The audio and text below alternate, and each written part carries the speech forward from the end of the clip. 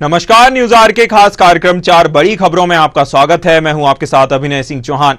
आज की पहली बड़ी खबर नए संसद भवन को लेकर है, जहां पानी टपकने को लेकर सियासत गर्मा गई है। दूसरी बड़ी खबर मथुरा के कृष्ण जन्मभूमि को लेकर है, जहां हाईकोर्ट ने मुस्लिम पक्ष की याचिका को ठुकरा दिया है। तीसरी बड़ी खबर रेल मंत्री को लेकर है, जहां उन्होंने सदन में ट्रेन की सुरक्षा को लेकर चर्चा की। और चौथी बड़ी खबर छत्तीसगढ़ से है, जहां मुख्यमंत्री विष्णुदेव साय ने महिलाओं को राखी का तोहफा दिया है। तो चलिए शुरू करते हैं 4 बड़ी खबरें।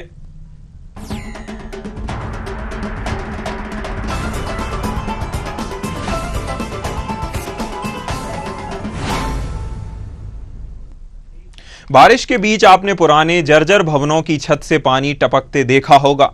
यह कोई नई बात नहीं है, इस पर सिर्फ वही ध्यान देता है जो मकान का मालिक है। लेकिन जब पार्लियामेंट की नई बिल्डिंग से पानी टपकने लग जाए तो पूरे देश को ध्यान उस ओर लाजमी है। उत्तर प्रदेश विधानसभा में पानी भरने से दूसरे दिन पार्लियामेंट की नई बिल्डिंग की छत से पानी टपकने पर सियासत गर्मा गई है। दरअसल सोशल मीडिया पर एक वीडियो कांग्रेस और समाजवादी पार्टी के नेता वायरल कर रहे हैं। इस वीडियो में संसद भवन की नई बिल्डिंग की छत से बारिश का पानी टपकता हुआ दिखाई दे रहा है। बता दें कि तमिलनाडु की विरुधुनगर लोकसभा सीट से कांग्रेस के सांसद मणिकम टैगोर ने पहले सोशल मीडिया पर इस वीडियो को पोस्ट किया था। वहीं समाजवादी पार्टी अध्यक्ष अखिलेश यादव ने भी सोशल मीडिया पर पोस्ट किया है, जिसमें लिखा है कि इस नई संसद भवन की बिल्डिंग तो अच्छी और पुरानी बिल्डिंग थी, यहां पुराने सांसद भी आकर मिल सकते थे, तो फिर क्यों ना हम चरें पुरानी संसद में, कम से कम तब तक के लिए ही सही जब तक के लिए अरबों रुपए खर्च कर बनाई गई संसद की नई बिल्डिंग में पानी टपकने का कार्यक्रम चल रहा है। खबर पर ज्यादा जानकारी के लिए हमारे साथ प्रशांत राव जुड़े हुए हैं। प्रशांत, जिस प्रकार से संसद भवन की नई बिल्डिंग में पानी टपकने का वीडियो वायरल हो रहा है, इस वायरल वीडियो की के क्या ग्राउंड्स हैं जहां से यह वीडियो की शुरुआत हुई, ओरिजिन कहां से हुई और इसके बाद अब सियासत गर्मा गई है, इसको लेकर आप क्या कहना चाहेंगे? बिल्कुल, देखिए नए सदन में सियासत गर्म हो गई है। विपक्षी दलों के सांसदों ने जमकर हंगामा किया है और मोदी सरकार को घेरने का काम किया है। देखिए, जिस तरीके से लगातार जो है भ्रष्टाचार के मामले सामने आ रहे हैं, संसद भवन ही नहीं, कल उत्तर प्रदेश की विधानसभा में पानी भर गया था और इसके साथ ही अभी जब पहली बारिश आई थी मानसून के, उससे पहले जो 500 वर्षों का एक प्रतीक्षा थी भगवान श्री राम के मंदिर, राम मंदिर से भी जो है वहां पर पानी टपक रहा था, जिसको लेकर वहां के महंत ने इस पर विरोध भी जताया था और कहा था कि इसमें कुछ कमियां रह गई हैं जिसमें सुधार किया जाना। निश्चित रूप से हालांकि उस मंदिर निर्माण में सरकार का कोई योगदान नहीं है, मंदिर न्यास की तरफ से मंदिर का निर्माण किया जा रहा है, लेकिन जो कार्यदायी संस्था है उस पर सवाल खड़े होते हैं, क्योंकि इसमें कहीं ना कहीं जो निगरानी है वो सरकार की ओर से भी होती है। तो निश्चित रूप से जो तमाम घटनाएं सामने आ रही हैं उस पर विपक्ष की तरफ से जो हंगामा होना, विरोध होना, ये लाजमी होता है और होना भी चाहिए एक स्वस्थ लोकतंत्र के लिए। विपक्ष द्वारा जिस तरीके से हंगामा किया गया, तो वहीं समाजवादी पार्टी के राष्ट्रीय अध्यक्ष और कन्नौज लोकसभा से सांसद अखिलेश यादव ने इस मुद्दे को उठाया है और उन्होंने अपने जो एक्स पर पोस्ट किया है उसमें भारतीय जनता पार्टी पर बड़ा हमला बोला है। संसद भवन की दीवार टपकने को लेकर, छत से पानी टपकने को लेकर उन्होंने सरकार को घेरने की कोशिश की है।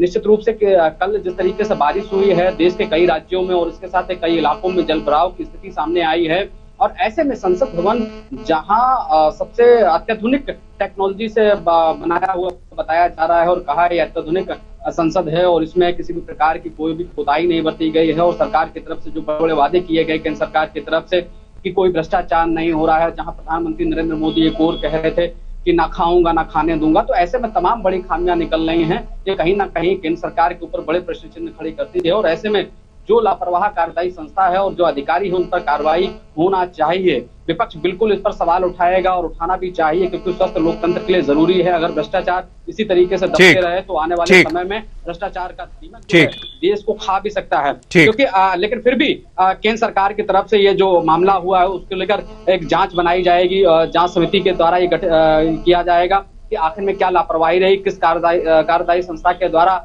यहाँ पर कमियां हुई और अगर निश्चित तौर से अगर कोई कमी पाई जाती है तो ऐसी कार्यदायी संस्था को ब्लैकलिस्टेड भी किया जाएगा, उसको जुर्माना भी लगाया जाएगा जो सिक्योरिटी मनी जमा है उससे उसको रिपेयर भी कराया जाएगा। बिल्कुल। अगर हालांकि इस वायरल वीडियो की पुष्टि अब तक नहीं हो सकी है, यह अभी वायरल हो रही है, लेकिन अगर इस प्रकार का कोई मामला है तो इसकी गंभीरता से जांच होनी चाहिए। काफी गंभीर मामला है, जहां जिस भवन से 140 करोड़ और सारे भारतीयों का प्रतिनिधित्व होता है, पूरे देश को चलाया जाता है, वहां पे इस प्रकार की छोटी मोटी घटना भी काफी बड़ा महत्व रखती है। हालांकि प्रशांत, आप हमारे साथ बने रहिए, हम अगली खबर पर आपसे चर्चा करेंगे। चलिए आगे बढ़ते हैं अगली खबर पर। मथुरा में श्री कृष्ण जन्मभूमि शाही ईदगाह विवाद मामले में हाईकोर्ट ने मुस्लिम पक्ष की याचिका खारिज कर दी है, जहां इलाहाबाद हाईकोर्ट ने कहा कि हिंदू पक्ष की ओर से दायर 18 याचिकाओं पर एक साथ सुनवाई होगी। बता दें कि हिंदू पक्ष की ओर से यह दावा करते हुए याचिका डाली गई थी कि शाही ईदगाह का 2.5 एकड़ का एरिया मस्जिद नहीं है, वह भगवान श्री कृष्ण की गर्भगृह है, जिस पर मुस्लिम पक्ष ने 1968 के समझौते का हवाला देते हुए कहा कि हिंदू पक्ष की याचिकाएं सुनवाई लायक नहीं हैं। हाईकोर्ट में जस्टिस मयंक कुमार जैन की बेंच ने दोनों पक्षों की बहस सुनने के बाद मुस्लिम पक्ष की दलील को स्वीकार नहीं किया है। अब हिंदू पक्ष की 18 याचिकाओं की सुनवाई एक साथ होगी। कि आज ऑनरेबल इलाहाबाद हाईकोर्ट ने 4 महीने की डिटेल्ड हियरिंग करने के बाद जो शाही ईदगाह मस्जिद की एप्लीकेशन थी ऑर्डर 7 रूल 11 में, उसको खारिज कर दिया है। और जो शाही ईदगाह मस्जिद का तर्क था कि ये सारे suits places of worship act, Waqf act, specific relief act, order 23 rule 3 ये लिमिटेशन एक्ट से बाधित है, 5 कानून उन्होंने बताए थे, उस मांग को ऑनरेबल इलाहाबाद हाईकोर्ट ने रिजेक्ट कर दिया है और ये कहा है कि ये सारे plane cause of action disclose करते हैं और चलने लायक योग्य हैं। अगली तारीख 12 अगस्त लगाई गई है। मेरा अगला स्टेप ये है कि जो ऑनरेबल सुप्रीम कोर्ट ने इलाहाबाद हाईकोर्ट के सर्वे के ऑर्डर पे, एडवोकेट कमीशन के सर्वे के ऑर्डर पे स्टे लगाया है, उसके वेकेशन के मांग करेंगे।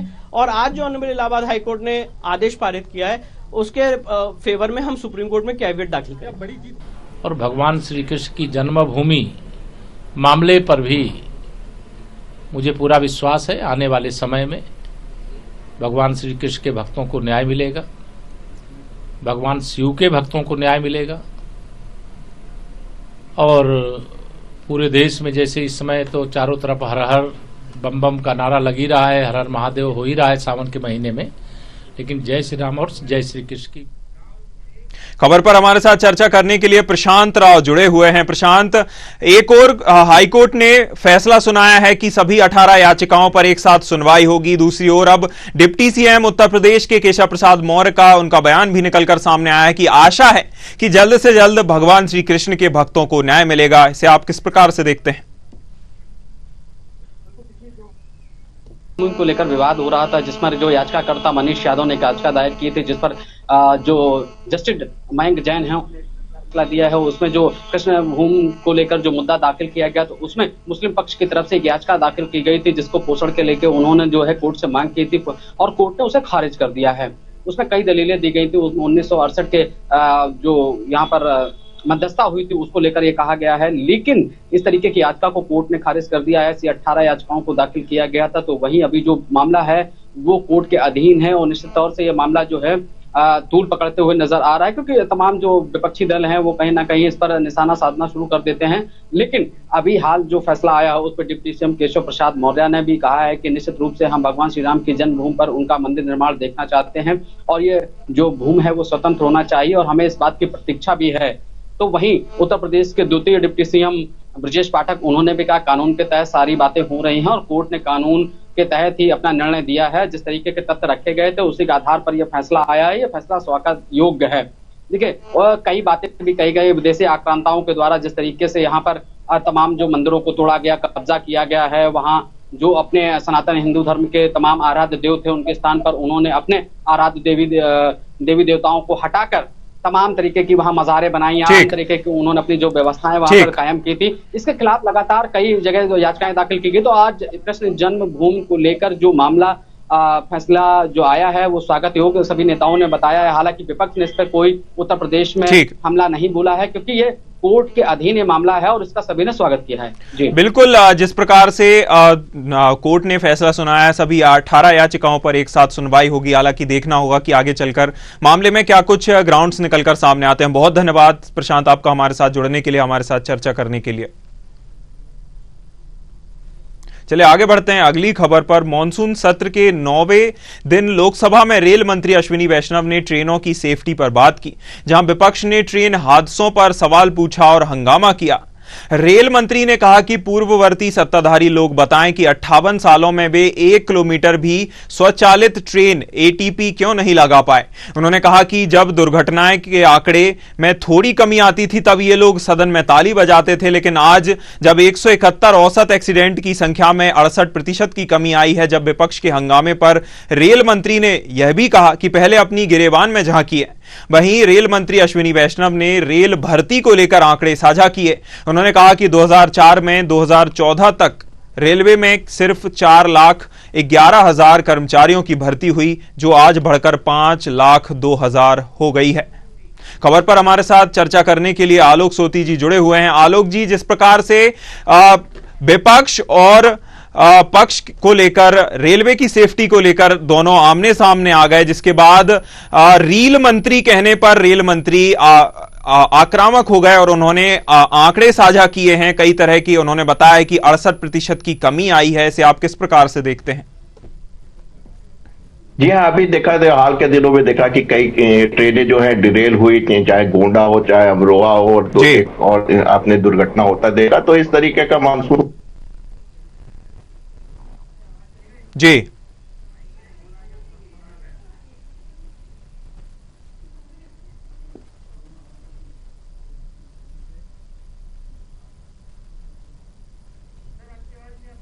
जी माफ कीजिएगा आलोक जी, हम तक आपकी आवाज नहीं पहुंच पा रही है।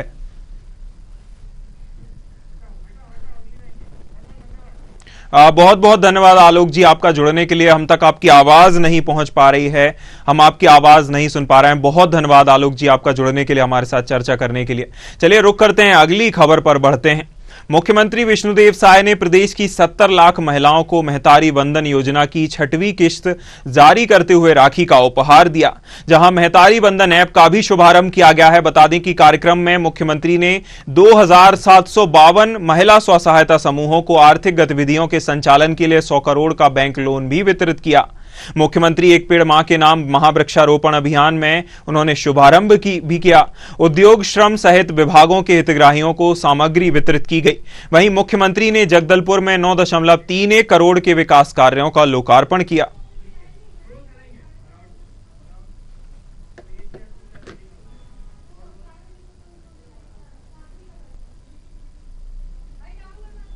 तो 4 बड़ी खबरों में फिलहाल इतना ही। न्यूज़ आवर पर खबरों का सिलसिला लगातार जारी है। नमस्कार।